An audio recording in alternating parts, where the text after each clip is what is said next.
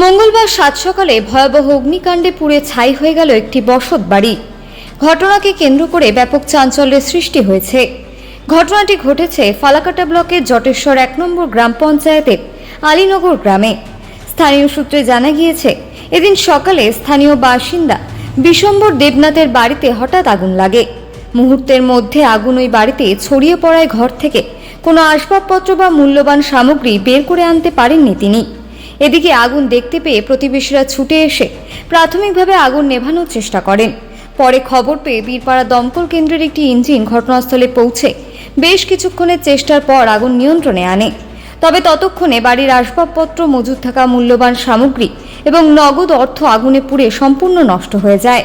কী কারণে এই অগ্নিকাণ্ডের ঘটনা ঘটেছে তা এখনও স্পষ্ট নয়। ঘটনায় চাঞ্চল্য ছড়িয়েছে।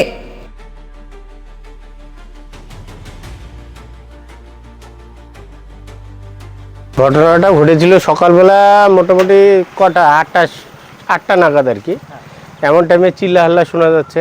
পরে তো আমি তো ঘুম থেকে উঠি নাই, ঘুম থেকে উঠে চট করে উঠে গিয়ে দেখি যে আগুন মানে পাশেই এখানে।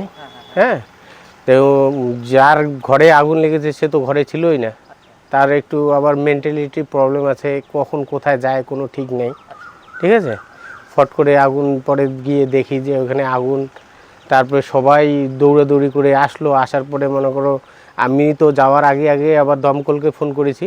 সাথে দমকলকে ফোন করার মুহূর্তেই কিন্তু দমকল বাহিনীও ফট করে ফোনটা রিসিভ করে ওনারাও তাড়াতাড়ি ওই মুহূর্তে বাইর হয়ে গেছে। তো আমরা এখানে যখন গেলাম, যাওয়ার পরে দেখি দাউ দাউ করে আগুন জ্বলছে। পরে ওইটাকে নিয়ন্ত্রণ করানোর জন্য মনে করো বালতিতেই করেই আমাদের সামনেই মনে করো একটা ডোবা আছে, ওখান থেকে জল উঠিয়ে তারপরে একটু কিছুটা কন্ট্রোল হয়েছিল। তো কন্ট্রোল করতে করতে তারপরে দমকল বাহিনী আসে।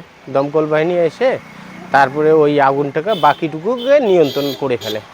তো দমকল বাহিনীকেও অসংখ্য ধন্যবাদ সাথ পরিষেবা দেওয়ার জন্য। এটা বীরপাড়ার দমকল বাহিনী ছিল।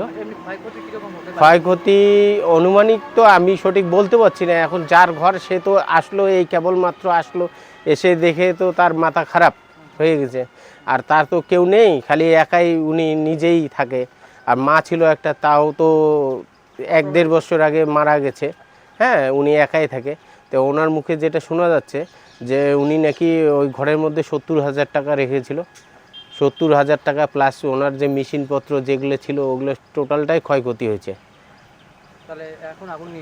হ্যাঁ, আগুন বর্তমানে নিয়ন্ত্রণে আছে, একদম ক্লিয়ার হয়ে গেছে আগুনটা। এখন কিন্তু ঘর বাড়ি উনি সরাচ্ছে, পরিষ্কার করতেছে। যাই হোক, আমার নাম হচ্ছে সমীর দেবনাথ। হ্যাঁ, এখানকার স্থানীয়।